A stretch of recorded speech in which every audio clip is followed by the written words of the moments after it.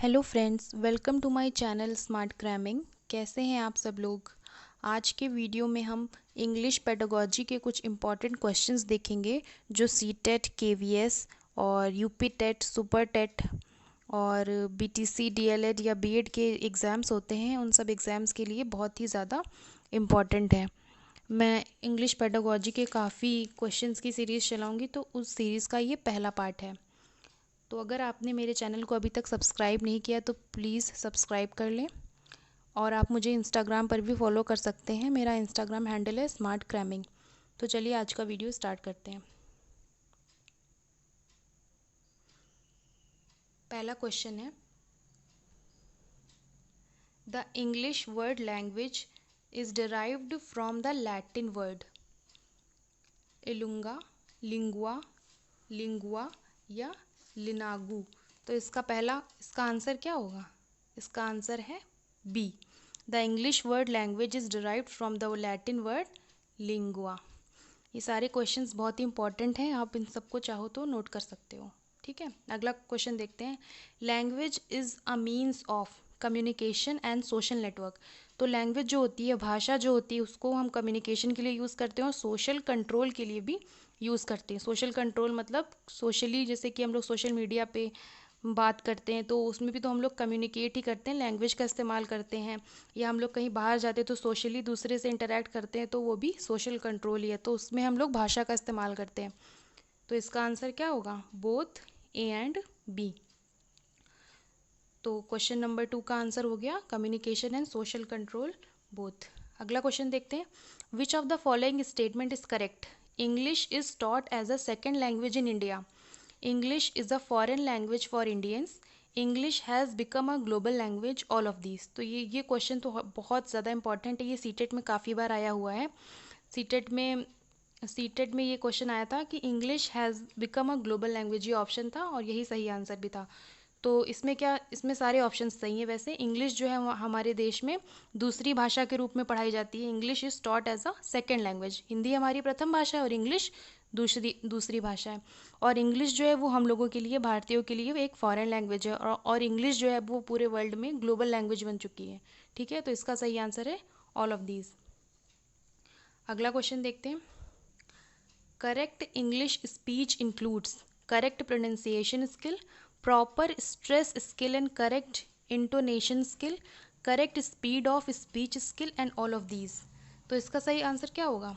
English जब हम लोग बोलते हैं तो उसका प्रोनाउंसिएशन बिल्कुल सही होना चाहिए, और हम लोग किस शब्द पर, मतलब जो हमें शब्द बोल रहे हैं, जैसे कि हमने बोला वेजिटेबल, तो ये हम लोग गलत प्रोनाउंस कर रहे हैं। इसका सही प्रोनाउंसिएशन होगा वेजिटेबल।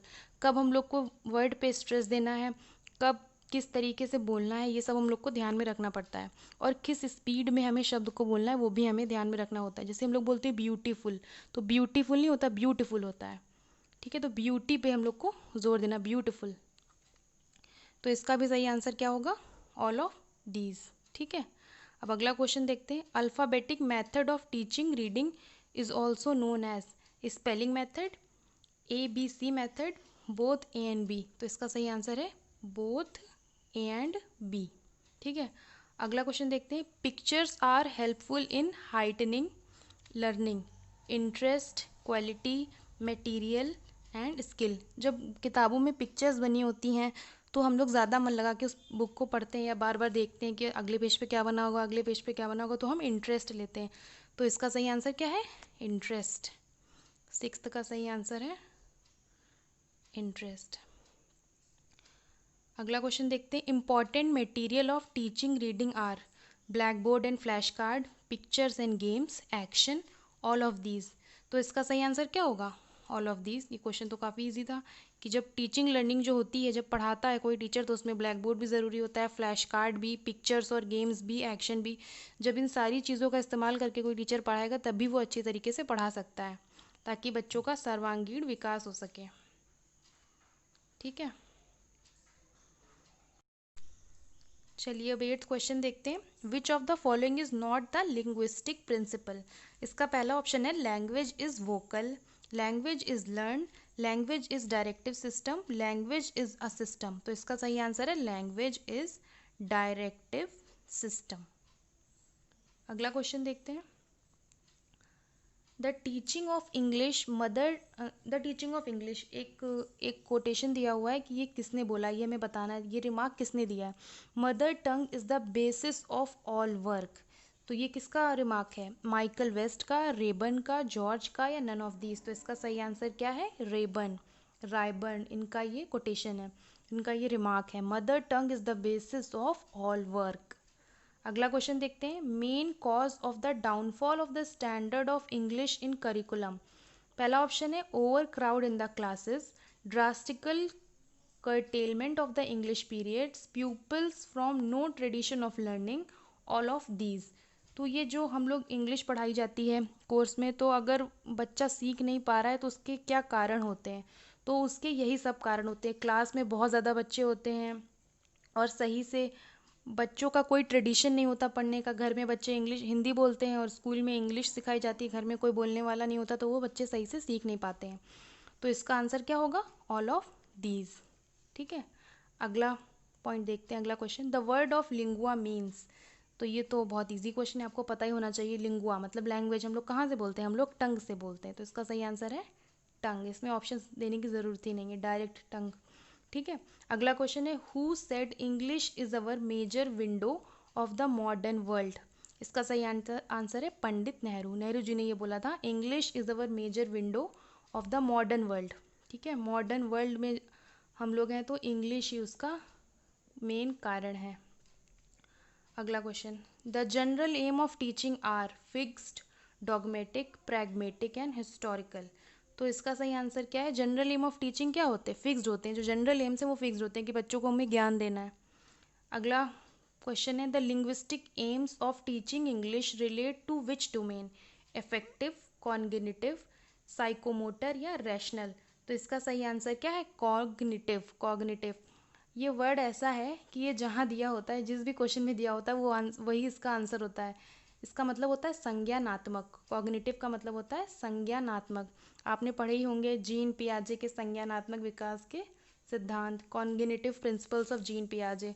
तो ज़्यादातर अगर ये ऑप्शन में वर्ड आ रहा है तो आप ध्यान रखिएगा, ये ट्रिक्स हैं सीटेड पेडागोजी की, कि अगर कॉग्निटिव वर्ड आ रहा है तो आंसर सही होता है। जैसे ब्रेन स्टॉर्मिंग अगर किसी ऑप्शन में दिया हुआ है तो ज़्यादातर वही आंसर सही होता है। अगला क्वेश्चन देखते हैं, the proper order of learning a language is listening and writing, speaking and writing, writing, reading, listening and speaking, listening and understanding, speaking, reading and writing. तो इसका सही आंसर क्या होगा, आपको देखिए कि जिसमें जब हम लोग लैंग्वेज, प्रॉपर ऑर्डर क्या होता है भाषा सीखने का, सबसे पहले सुनते हैं, फिर उसको समझते हैं, फिर बोलते हैं, फिर उसको रीड करते हैं, कहीं से पढ़ते हैं, फिर जाके उसको लिखते हैं। तो इसका सही आंसर क्या है, D, listening and understanding, speaking, reading and writing. ये है proper order learning of language का। ये क्वेश्चन काफ़ी इंपॉर्टेंट है, तो आप ध्यान से पढ़ते चलिए। अगला क्वेश्चन देखते हैं, the mother tongue as English is taught by direct method, substitutional method, translation method, bilingual method. तो इसका आंसर है डायरेक्ट मेथड। ये आप लोग अगर बीटीसी या बीएड कर रहे हैं तो आपके सेमेस्टर एग्जाम्स में भी डायरेक्ट मेथड, ये सारे मेथड्स होते हैं, डॉक्टर वेस्ट मेथड, ये सारे होते हैं, तो आपको उसमें भी ऑप्शनल में आ सकता है और वेरी शॉर्ट लॉन्ग में भी आ सकता है, तो आप ध्यान से पढ़ते चलिए। अगला क्वेश्चन देखते हैं, a method of teaching involves maxims of teaching, techniques of teaching both A and B. तो इसका आंसर क्या हो गया, बोथ ए एंड बी। अगला क्वेश्चन देखते हैं, the listening is the function of audio sense, video sense, lingual sense, none of these. इसका सही आंसर क्या है, ऑडियो, हम लोग सुनते हैं ना ऑडियो, तो इसका आंसर क्या होगा, audio sense, A, audio sense इसका करेक्ट आंसर है।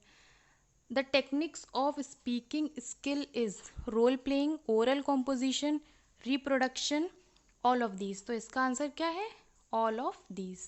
अगला question, language learning starts from speaking, reading, writing. सबसे पहले कहाँ से शुरू होती है, बोलने से। लैंग्वेज लर्निंग स्टार्ट होती है बोलने से, speaking. One of the following is not a kind of reading, loud reading, ये तो काइंड ऑफ रीडिंग है, पढ़ते हैं, तेज तेज पढ़ते हैं। साइलेंट रीडिंग, मन में पढ़ते हैं। डिस्क्रिप्टिव रीडिंग और सप्लीमेंट्री रीडिंग। डिस्क्रिप्टिव रीडिंग तो कोई रीडिंग नहीं होती है, डिस्क्रिप्टिव राइटिंग होती है, तो इसका सही आंसर है डिस्क्रिप्टिव रीडिंग। अगला देखते हैं, one of the following is not a method to teach reading, syllabic method, phonic method, grammar method, phrase method. तो इसका सही आंसर क्या है?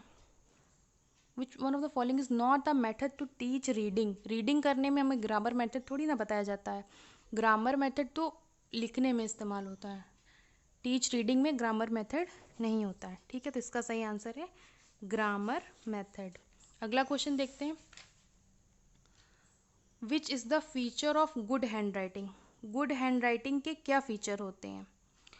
Speed, legibility, distinctiveness, all of these. तो ये ऑल ऑफ दीज है। राइटिंग कैसी है, किस स्पीड में लिखा जा रहा है, शब्दों को दूर दूर लिखा गया है कि नहीं, तो वो सब गुड हैंड राइटिंग का हिस्सा है। तो ये इसका आंसर क्या है? All of these. अगला क्वेश्चन देखते हैं, the play way method is used in teaching, spellings, writing skill, vocabulary, all of these. तो प्ले वे मेथड किस में यूज होता है? Play way method is used in teaching spelling. Spelling सिखाने में प्ले वे मेथड यूज होता है। ये भी क्वेश्चन इंपॉर्टेंट है। The method of teaching writing is tracing method, kindergarten method, imitation method, all of these. तो इसका सही आंसर क्या है? इसका आंसर है ऑल ऑफ दीज। ठीक है, अगला क्वेश्चन देखते हैं, grammar is the content of. ये तो बहुत इजी क्वेश्चन, आप खुद ही बताइए, ग्रामर किसका होती है? लिटरेचर का या लैंग्वेज का? तो इसका सही आंसर है लैंग्वेज। लैंग्वेज में ग्रामर का इस्तेमाल होता है ना, लिटरेचर में नहीं। ठीक है, अगला क्वेश्चन देखते हैं, which one of the following belongs to the remedy of pronunciation, that is phonetic method. Pronunciation में फोनोटिक मेथड इस्तेमाल होता है। तो इसका सही आंसर है ए। अगला question, translation is the best way to improve reading, improve writing, improve learning, all of these. जब हम लोग ट्रांसलेट करते हैं तो हम सारी चीज़ें सीख लेते हैं, रीडिंग भी सीख लेते हैं, इंग्लिश टू हिंदी हम लोग जब ट्रांसलेशन करते हैं तो उसमें हमें रीडिंग भी आ जाती है, राइटिंग भी आ जाती है, हम लोग समझ भी लेते हैं। ठीक है, अगला क्वेश्चन देखते हैं, in which class you would classify radio and television? Non print media, print media, both media, none of these. तो इसका सही आंसर है नॉन प्रिंट मीडिया। अगला क्वेश्चन देखते हैं, a text book can be defined as store house of information, compilation of printed sheets of paper, written book containing knowledge, all of these. इस question को आप ध्यान से देखिए, जो टेक्स्ट बुक होती है सबसे पहले तो वो प्रिंटेड शीट्स का कंपाइलेशन होती है, मतलब बहुत सारी शीट्स होती हैं जो एक साथ कंपाइल्ड होती है, तो ये हो गई टेक्स्ट बुक। ठीक है, और जो उसमें लिखा होता है वो उसमें बहुत सारी नॉलेज होती है, और जो एक किताब होती है, एक टेक्स्ट बुक होती है, वो स्टोर हाउस ऑफ इंफॉर्मेशन होती है, उसमें बहुत सारा ज्ञान होता है। तो इसका सही आंसर क्या होगा? इसका सही आंसर होगा ऑल ऑफ दीज। ठीक है, टेक्स्ट बुक, ये टेक्स्ट बुक की डेफिनीशन है। ठीक है, ये क्वेश्चन काफ़ी इंपॉर्टेंट है, text book can be defined as. ठीक है, इसका सही आंसर है ऑल ऑफ दीज। अगला क्वेश्चन देखते हैं, the advantage of text book are. Text book की क्या एडवांटेज है? Store house of past knowledge, motivation for students, definite basis for assignments. इसका भी आंसर क्या होगा? All of these. ठीक है, टेक्स्ट बुक के ये एडवांटेज होते हैं। अगला क्वेश्चन देखते हैं, A laboratory begets an opportunity to bear, response, creativity, activity, all of these. Laboratory में क्या करते हैं हम लोग? क्रिएटिविटी दिखाते हैं, एक्टिविटी करते हैं और कुछ रिस्पॉन्स हम लोग को मिलता है। तो इसका आंसर क्या है? All of these. अगला question, the essential elements of evaluation approach are instructional objectives, learning experience, change of behaviour, all of these. तो इसका सही आंसर क्या है? All of these. अगला question, the purpose of evaluation to know about behaviour change, relationship building, team work, all of these. Evaluation का purpose क्या होता है? इवेल्युएट करते हैं हम लोग ना, to know about behaviour change, व्यवहार में क्या बदलाव आया वो जानने के लिए हम लोग इवेल्युएशन करते हैं। मूल्यांकन, इसको इंग्लिश में मूल्यांकन बोलते हैं, व्यवहार परिवर्तन को बोलते हैं ना मूल्यांकन करने से हमें पता चलता है कि व्यवहार में क्या परिवर्तन हुआ, वही है the purpose of evaluation, to know about behaviour changes. अगला क्वेश्चन देखते हैं, evaluation is the process of determining the extent of achievement of objectives, comparing the outcomes of instructor, as certainty the quality value of outcomes, all of these. तो इसका सही answer क्या होगा? मूल्यांकन में ये सारी प्रोसेस यूज होती है, तो इसका सही आंसर क्या होगा? All of these. मूल्यांकन, आप ये भी बहुत इंपॉर्टेंट है, चाहे हिंदी पेडागोजी हो, इंग्लिश पेडागोजी हो, बाल विकास में अगर आप बाल विकास पढ़ रहे हैं तो ये बहुत इंपॉर्टेंट है कि बच्चे ने कितना अचीव किया उसको डिटरमाइन करते हैं, कंपेयर करते हैं, क्वालिटी कितना बच्चे ने कितना ज्ञान, कितना मतलब एक्वायर किया नॉलेज को, वो सब चीज़ हम लोग मूल्यांकन में पता करते हैं। तो इसका सही आंसर क्या होगा? All of these. ठीक है, अगला क्वेश्चन देखते हैं। Relationship between education and language. Mostly education is given and taken by language, language is learn by education, relationship of language and education is unclear, there is no relationship between education and language. तो इसका सही answer है A, mostly education is given and taken by language. जब हम लोग भाषा सीखेंगे तभी तो हम लोग एजुकेट होंगे, बिना भाषा सीखे हम लोग कैसे एजुकेशन को, कैसे ज्ञान प्राप्त कर सकेंगे? बिना भाषा सीखे ज्ञान प्राप्त करना बहुत ही मुश्किल होता है। तो इसका सही आंसर ये है, ए, ऑप्शन ए। अब क्वेश्चन नंबर 37 देखते हैं। Language is exchange of thoughts, symbols of sounds, inscribed thoughts and experience, use of sentences. तो लैंग्वेज क्या है? भाषा क्या है? Exchange of thoughts. हम लोग जब पढ़ते हैं हिंदी तो सबसे पहले ये डेफिनेशन सिखाई जाती है कि हम अपने थॉट्स को क्या बोलते हैं हिंदी में? विचारों का आदान प्रदान करते हैं। ठीक है, language is exchange of thoughts. ध्यान से पढ़िएगा, छोटे छोटे क्वेश्चन ये एग्जाम्स में आ जाते हैं और हम गलत करके चले आते हैं। अगला क्वेश्चन देखते हैं।